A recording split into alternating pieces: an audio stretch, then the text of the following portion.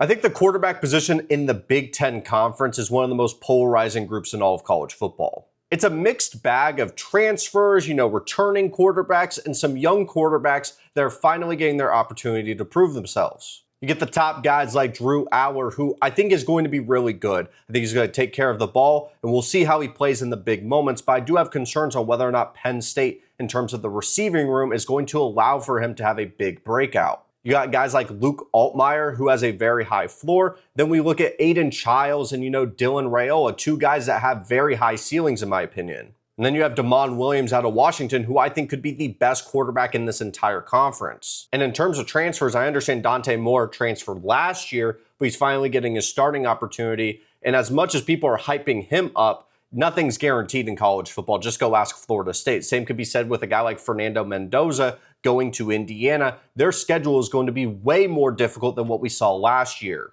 Both Ohio State and Michigan are dealing with their own quarterback battles. Now, I think Michigan may end up just going with a guy like Bryce Underwood, who is not a normal true freshman, but you still have to temper expectations, guys. It's a true freshman at the end of the day. Now, early reports from Ohio State is the quarterback position is still a point of concern, and it's kind of growing as time progresses. Now, it's still spring, so I'm not as worried, but there's the looming fact that they have to play Texas week 1. Now, so you still have the talent of Jeremiah Smith, Carnell Tate, but you're breaking in a new quarterback, new running backs, a new offensive coordinator, a bunch of new positions on the offensive line. There's a lot of new going into a marquee matchup week 1. It's a point of concern to me. And so when you start to evaluate each position group for each team, this quarterback group for the conference of the Big Ten, I think has the potential to be one of the best in the entire country. But I don't think it'll be better than the SEC. But let me know, who do you think is going to break out in the Big Ten?